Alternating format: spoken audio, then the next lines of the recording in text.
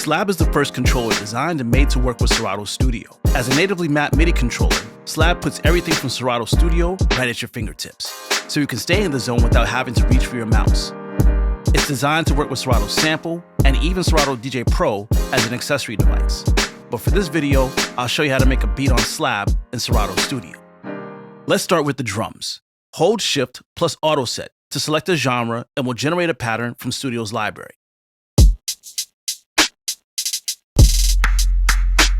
You can always hit Shift plus Delete to clear the deck so you can do your own thing. Let's give it some feel. Set Slab to strip mode and use the touch strip to quickly dial the swing for the drums.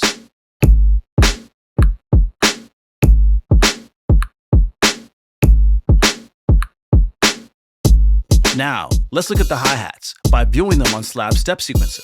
Press Shift plus piano mode. I want my hi-hats to sound a bit more human and less programmed. Hold down any of the pads in the sequence and shift where they land by turning the big dial. And to adjust the velocity, again, hold down any of the pads that you want to change, and this time, we'll use the touch strip to dial in those playing dynamics. I can do the same process for anything in the kit, snares, claps, or even kicks to make adjustments to the beat. To get out of the sequence view and back to the full playing kit, press trigger mode. Now that I have my drums the way that I want, let's make the loop longer. Press scene size to extend the scene size out to the way that you want. Here, I'll extend it to 4 bars. And let's add some more variation to the loop by adding in some note repeats. I'll select the hi-hat and hold down the note repeat and dial in the repeat value with the first encoder knob, anywhere from a 4th note to a 1/32 triplet. And I'll record a variation to finish up the drums.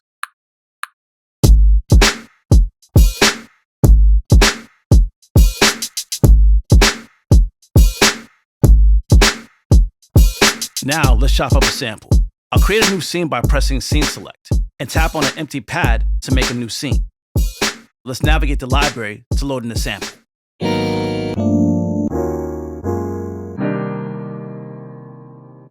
With the sample loaded, I'll use Auto Set to automatically chop up and set cue points throughout the sample.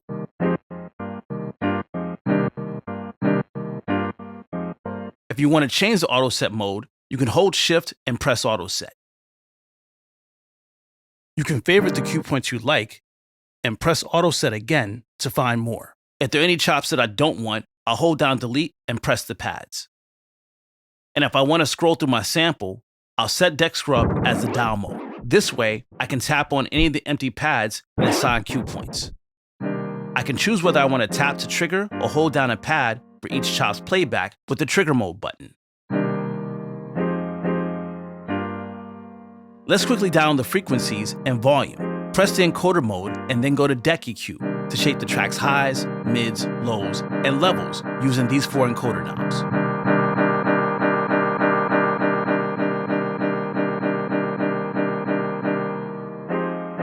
And now with all my cue points set, I can press record and record in my chops.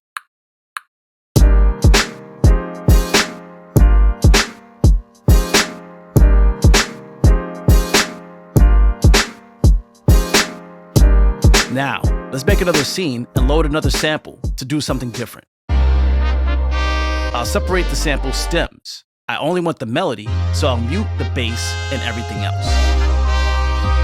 Press the encoder mode button and select deck stems, and press down on the encoder knobs to turn off any of the unwanted stems.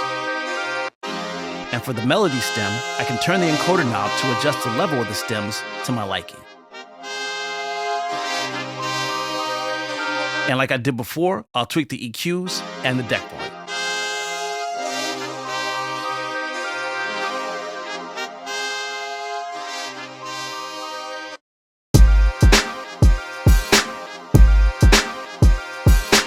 Now I want to add bass to my track, so I'll make a new scene and I'll add another sample in.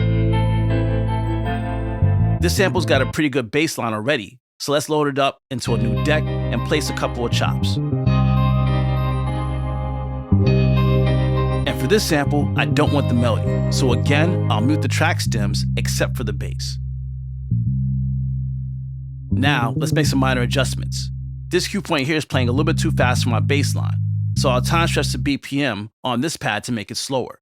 By pressing Shift and encoder mode, I can adjust the tempo for the pad parameter.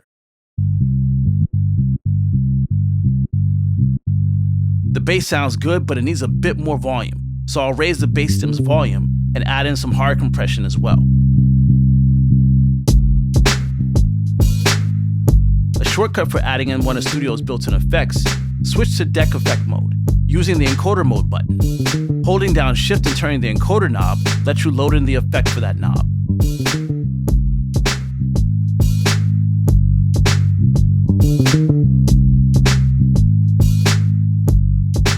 Alright, now that the bass is done, let's make another scene and play out some ARP notes. Let's add a synth to another instrument deck. All the pads are available in key because playing key is active.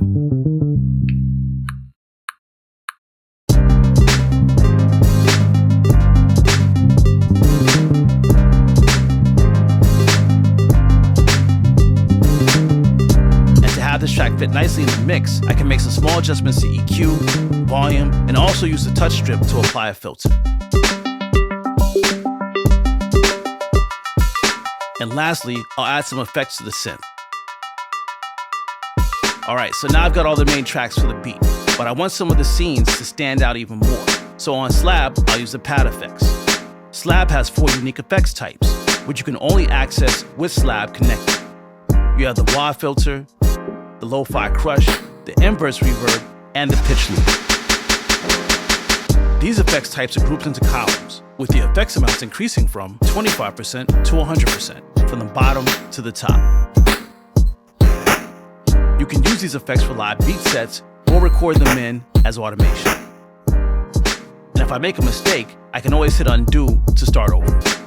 Now that the beat is finished, I can play around with the overall BPM and key to hear what it sounds like. To do this, press the encoder mode, select deck parameters, and turn the encoder knobs to make the adjustments. Slower or faster, or pitched higher or lower.